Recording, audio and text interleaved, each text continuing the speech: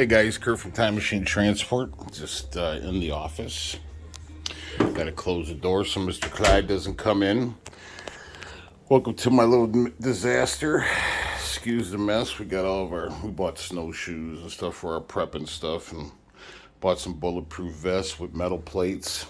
So yeah, I'm the crazy person. But anyways, that's not what the video is about. I'm gonna take all this stuff out to the shop so my wife can have her treadmill back. After her 5K, she said, you need to get that shit out of the office so I can get back in shape. So anyways, wanted to do a video. So I had some subscribers that are truckers. Wanted to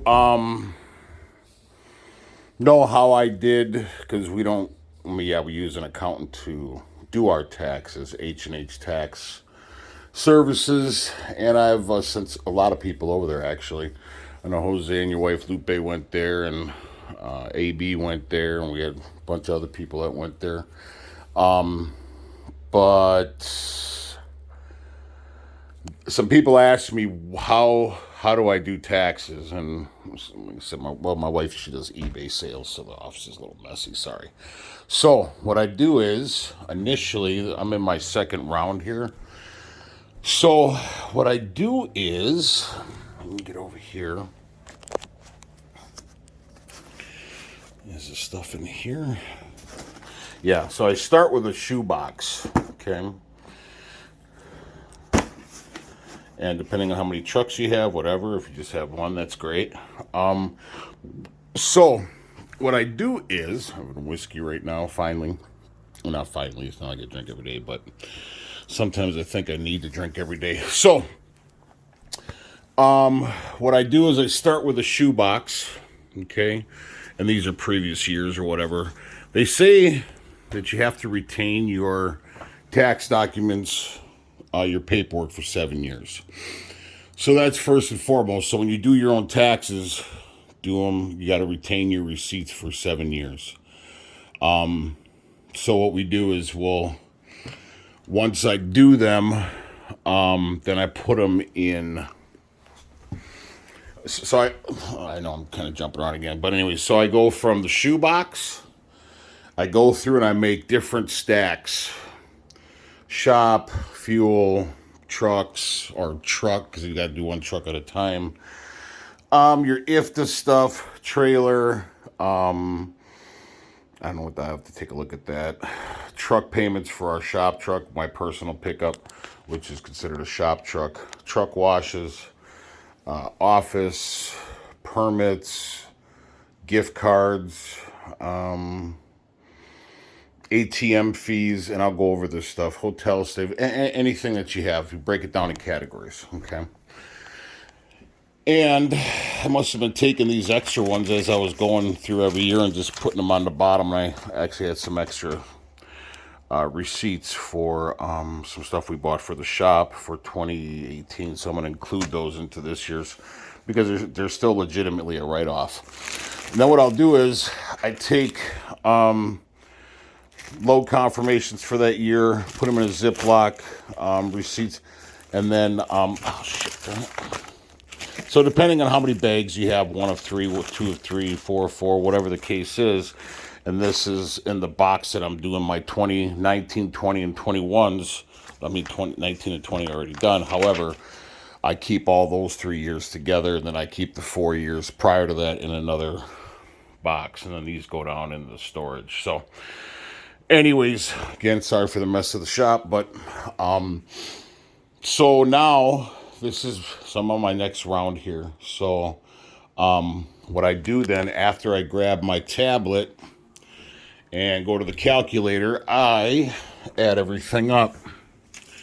And then what I'll do is, once I take this sheet, then I'll break it down after, because I add up. These are, obviously, as I'm using my tablet, I can only put so much info in, and I gotta start over. So then I just write it down, put a plus, so on and so on and so on. All right. So you'll notice I have those are my different categories, right? And I know people just don't get this personal when they do YouTube. I don't give a shit. You guys can see, I don't care what you guys see on my, it's not like you guys see my bank records or anything like that. So I'm a very transparent person when it comes to this kind of stuff. I like helping people out. So anyways, you got to do it per truck, obviously. So you can put them, so you can decipher, right, if you ever get audited. Now, if you notice, I have gift cards between you, me, and Uncle Sam, and it's not what you know, it's what you can prove. So a lot of people don't know. See, a lot of people will do they'll get in the trucking, and you'll see. Let me see if I can clean that. You see a lot of these people. Well, I don't know about a lot, but I have run into a large number of people that have actually said, "Oh yeah, I used to have my own authority, and now they drive for somebody, and it's too much work, or whatever the case is." It is a lot of work. It's a lot of work. However, it's risk versus reward, right? So, and things aren't just going to fall into your pocket, so you have to work for it, right? So, I we use H&H, and I like using these guys. I don't know, let's just grab one of these previous ones that we did. But they put it into a nice, oh, it's my wife's. Shit, where's mine? Papa Bear. Okay, we'll just use this. So when you have a trucking company, right? I mean, I don't own anything. I'm a slave at the end of the day. If you have a good tax accountant, you're gonna do as an employee for your business, and then you're gonna do one for your business. Okay. Now it's nice because they put them in these nice folders for you, so it's all professional. I'm not going to open up my personal information. But so when you do your own trucking taxes, you're going to want to do an individual because we're an S corp. So I don't know if it really works. Same for the LLC. I'm not really sure how that works, but I know how it goes for an S corp. So, anyways, I don't think you guys want to see my wife's shoes. This is her closet and her dress room. So, if you're an S corp, you want to be an employee of the company or whatever, so you can draw the least amount of money. Well, not, I wouldn't say possible, but like the way our accountant does it for me is I'm actually like in the poverty level when it comes to that kind of stuff. But I am also what you would call like the president or CEO of the company, which I don't really like saying that kind of thing because I'm self-employed at the end of the day. So I'm not a business owner. I'm not, I own my own business, pat myself on the back. No, you're self-employed. So that's first and foremost. Find yourself a really good accountant that does trucking taxes. Don't go to a regular accountant or whatever the case is, because I've done that in the past before I found H&H, and I ran into several different CPAs, or is that what they see? Anyways, they tell you, oh yeah, and then once they get into they call you, they're like, man, with this we can't do this. We don't know what we're doing. So then you got to find a different one. So find an accountant that does trucking taxes, because there's not a lot of good ones out there that do it. So once you find that person, like I said, put everything, and this is how I do it. And I know some people have told me, oh, I use QuickBooks or whatever. Hey, man, you do you. At the end of the day, you do you. You still have to physically grab the receipt and input the info. You still got to do that. So I'm not going to add the extra work into, because I'm not a really good typer anyways. And my wife doesn't.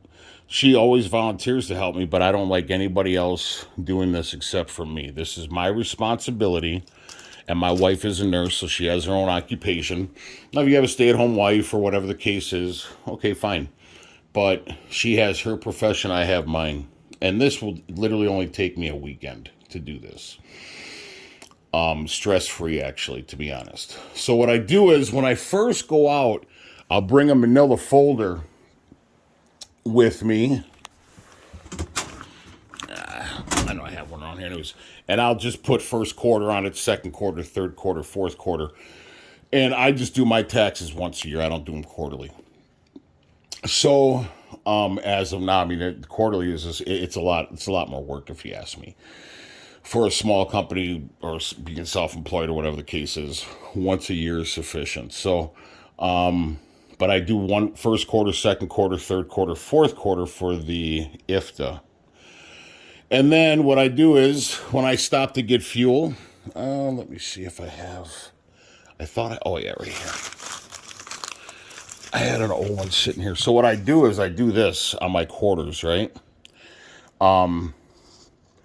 And you have to, if you don't do your own IFTA, you're going to have to hire an accountant.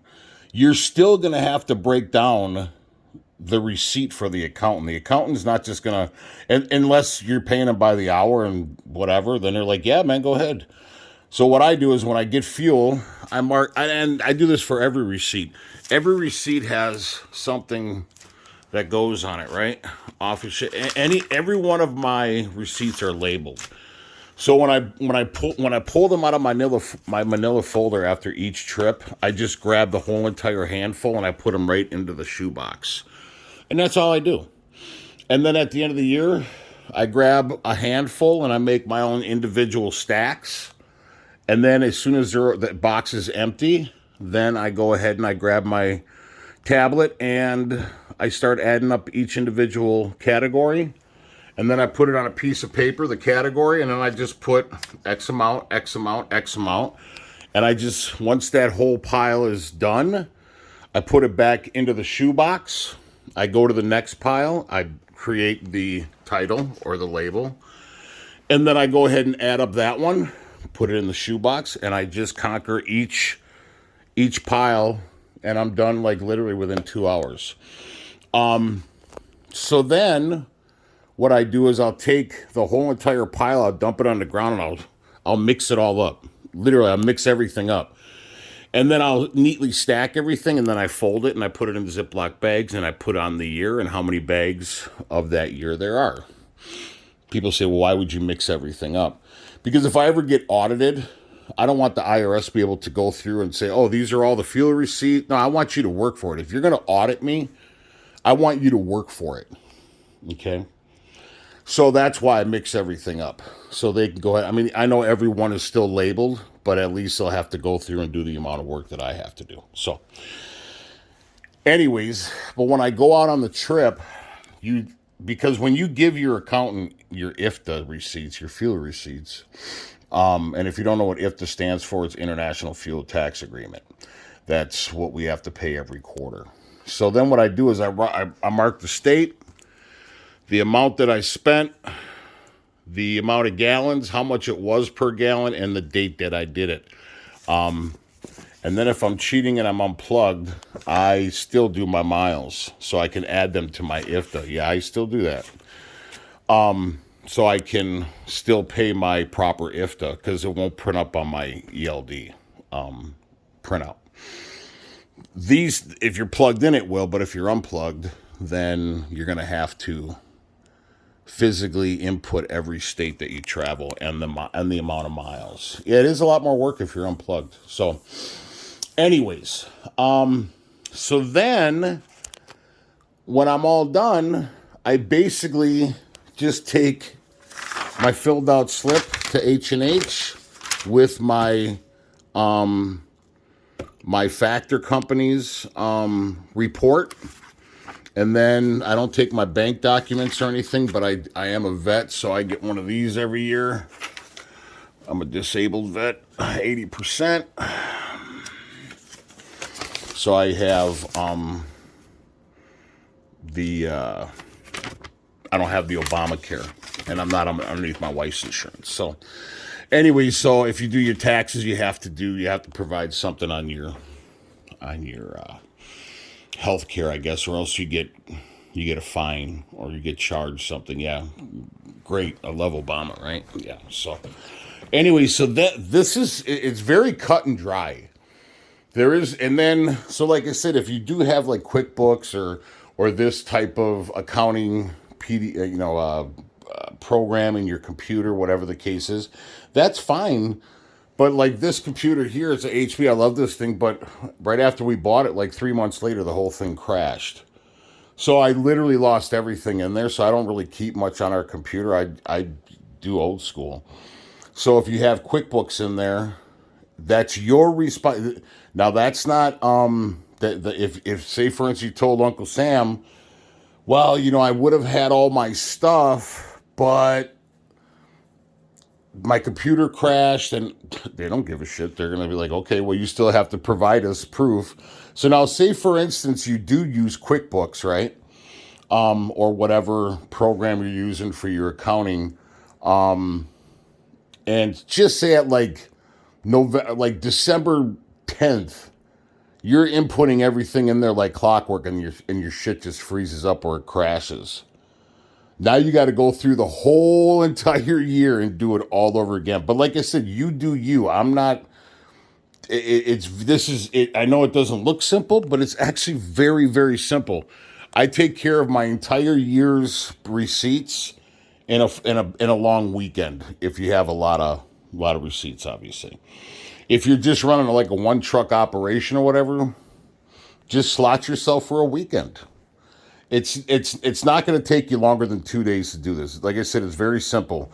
You get a manila folder, you mark on the outside your IFTA stuff, you keep all your receipts on the inside per trip. Every time you get fuel, every time you get oil, every time you get a PM or the truck fix or what trailer fix, whatever, you mark on the top with a pen. You stick it in the manila folder. It goes in your truck binder. When you get home, you just grab the manila folder. You bring it home. You dump it in a shoebox for the year. At the end of the year, you pull everything out. You make your individual categories or piles. Once that's done, you grab a whiskey. That's mandatory. And I think the whiskey should be after everything's done. But anyways, you grab a whiskey. And then you grab your tablet or your phone or calculator, whatever. I like using a tablet because my eyes aren't the best. I have to use readers all the time. And you start adding up. You make your individual categories, and then once I'm finished with this, I'll rewrite it, and then I'll add up each one of these, and I'll have just fuel just with just one number all the way down. So easy peasy, nice and easy. Now people get a little confused on, well, do I have to put down, if you spent $30 in faxes or you bought a lunch for somebody or whatever the case is. No, don't quote me. Find out for yourself. But I've always have just put all that miscellaneous stuff into my office pile. Office shipping, fax. Oh yeah, right there, fax and donation, whatever. A shower. I know we can't legally write off showers because that's part of our per diem every year.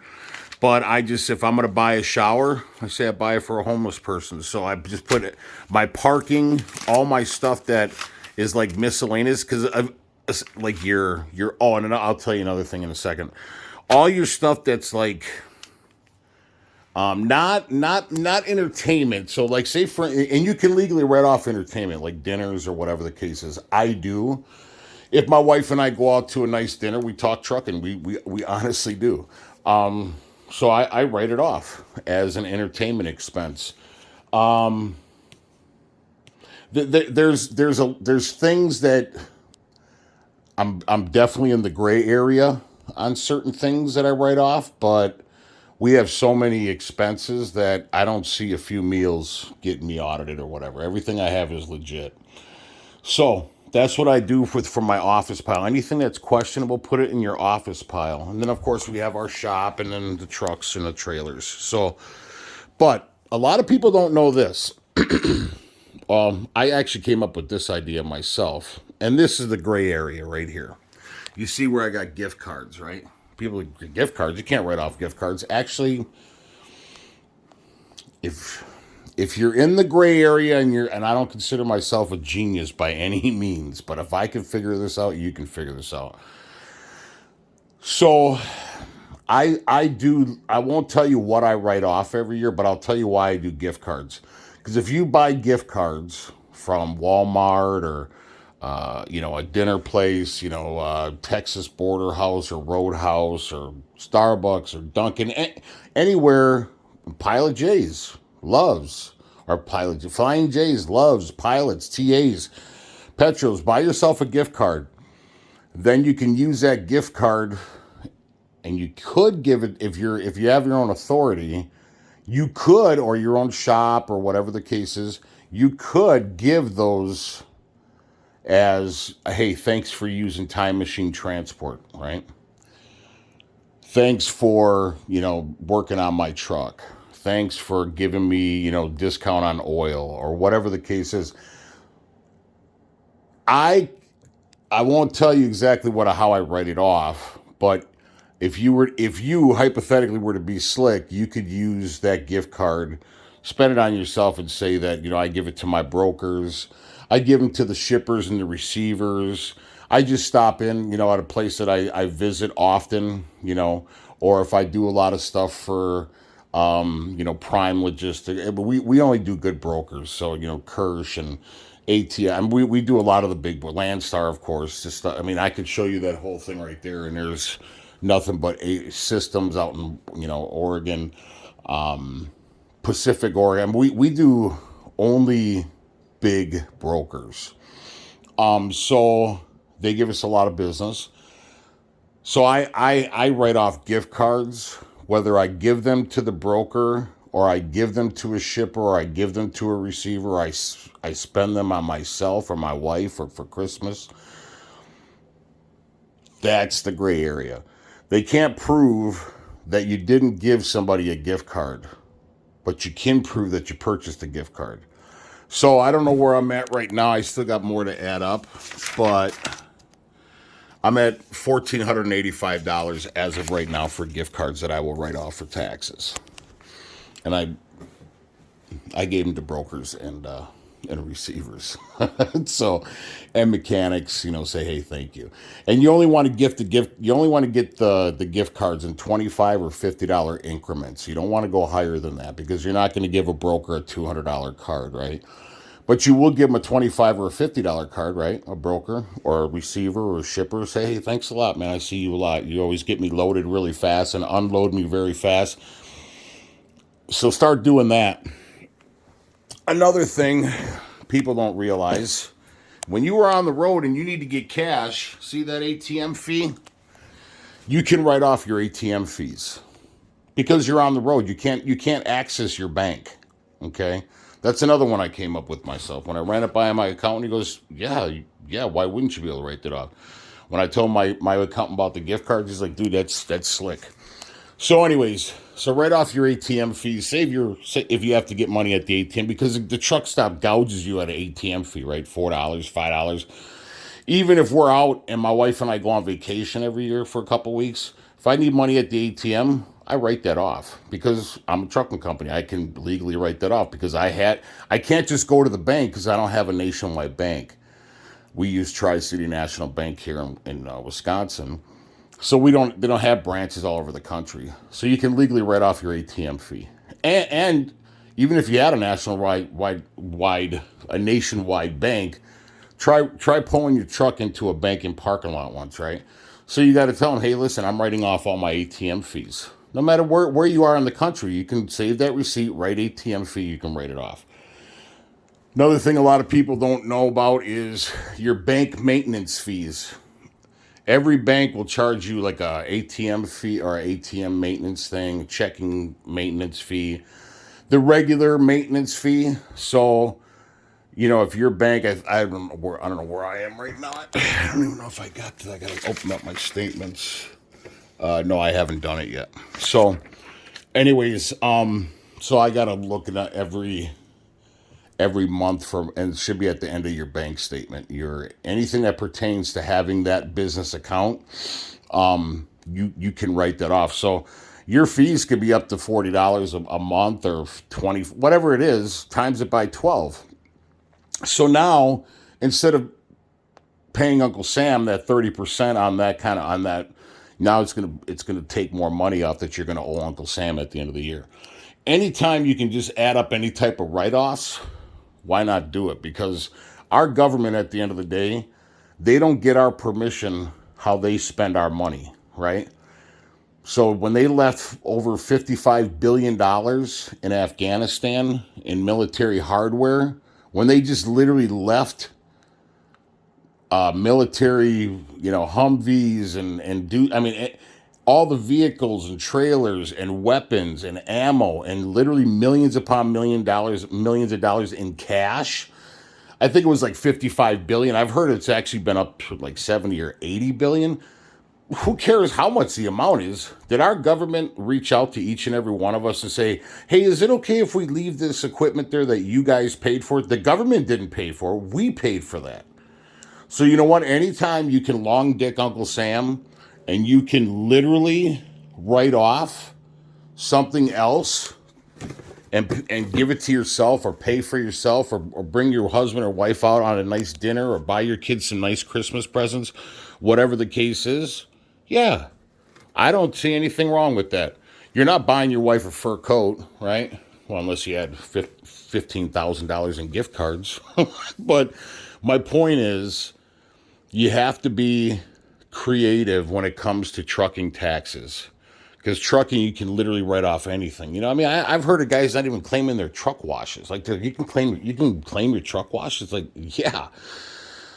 Anyways, you have to save every receipt, and just save it. Put it in the manila folder. Put it in the shoebox. Take it out at the end of the year if it's questionable. Put it in your office pile. All right? So, and don't get crazy like parking, faxes, this, that. Just put it in the office pile, because that your parking, your faxes, any of that's going to pertain to your office expense. Obviously you can see I don't have many piles here. When I first did this years ago, man, I probably had 20 extra piles because I had faxes and all this other stuff. No, that and we get instant ink from HP every month. That costs us $6 or whatever. I mean, all that little stuff, believe it or not, and like I said, you can buy your stuff, personal stuff, and you can hide it. Like I got a really nice Benchmade knife, and that knife there, I claim that. I mean, there's things that you can literally pay for yourself, or buy yourself, or whatever, and write it off because it's a tool for the truck, right? So, anyways, I don't want to make this too long. I know I'm babbling now, but if you have any questions, and I'm not a certified accountant, I'm not a CPA or whatever, but I've been doing this for years, and knock on wood, my grandma's 100 years old, or not, no, she will be 100 years old, but this was her old hope chest that I refinished. Anyways, and gave it to my wife as a Christmas present years ago. But, so if, knock on wood, I haven't been questioned about anything. And yeah, I am in the gray area on certain things, and I'm not ashamed to say that. I believe that it's legally, it's not what they know, it's what they can prove at the end of the day. I'm not, like I said, everything I'm doing is legit. I'm just being a little bit more creative than other people in certain areas, i.e. the gift cards or whatever the case is. But other than that, or maybe a tool here or there, or a knife here or there, whatever the case is. But again, I don't remember this administration calling me saying, hey, Kurt, Sarah, is it okay if we leave, so many billions of dollars in hardware over in Afghanistan? Or, hey, guys, we left like I said, I've seen 55, but I've seen as much as almost 80 billion in hardware we left in Afghanistan. I don't see anybody giving me a credit or my wife a credit saying, you know what, I know you guys paid, a few $1,000s of that hardware, So we're going to give you that in tax credits. No, you're not. You're not going to give a shit. So if our government, and then if they give 258 million to this country and $1 billion to this country and they're paying all this money for these refugees to come in, and I'm okay with that. I'm truly okay. I believe if you're from another country, why wouldn't you want to come to America? My point being is they're spending our money to bring in people, but they didn't ask my permission. They didn't ask my wife's permission. They didn't ask your permission. So if I'm in the gray area, and I'm not justifying, like I said, I'm not a crook, obviously, but like I said, I'm in the gray area here and there. But our government's in the gray area. They're in the black area. I mean, they're just all over, just in the gray area. So I'm okay with that. Like I said, that this is probably in my mind, and what I've been doing over since I mean, I've been self-employed for many years, but I've been in trucking since 2014. But I was self-employed into the early 90s, actually mid 90s. So knock on wood, never been audited. So but again, I'm not a crook either. I'm not writing off a mink coat or a Jaguar or anything like that. So everything I have is legit. And keep every single receipt, guys. Don't be sloppy. Keep everything in a manila folder. Don't keep it in your pocket or your wallet and then whatever. So anyways, if you have any questions and you want to know how to do, or if you need a hint or some advice on maybe doing something, like I said, I'm not a CPA, but give me a call. 414-477-7845. Again, that's 414-477-7845. Have a happy New Year. Hope your New Year's and your New Year's Eve went well, and hopefully our truck will be done soon so I can get back on the road but I figure. Oh, and another thing, that hotel costs us almost $2,700 for that hotel. So I'm glad I had to get out of there until this truck gets done. But the stuff that I'm doing is stuff that needs to get done. So instead of wasting away at a hotel, in Selma, California, I'm actually being productive. So, anyways, now I'm done babbling. Hope this message finds you well. Please like and subscribe to the channel. Ciao.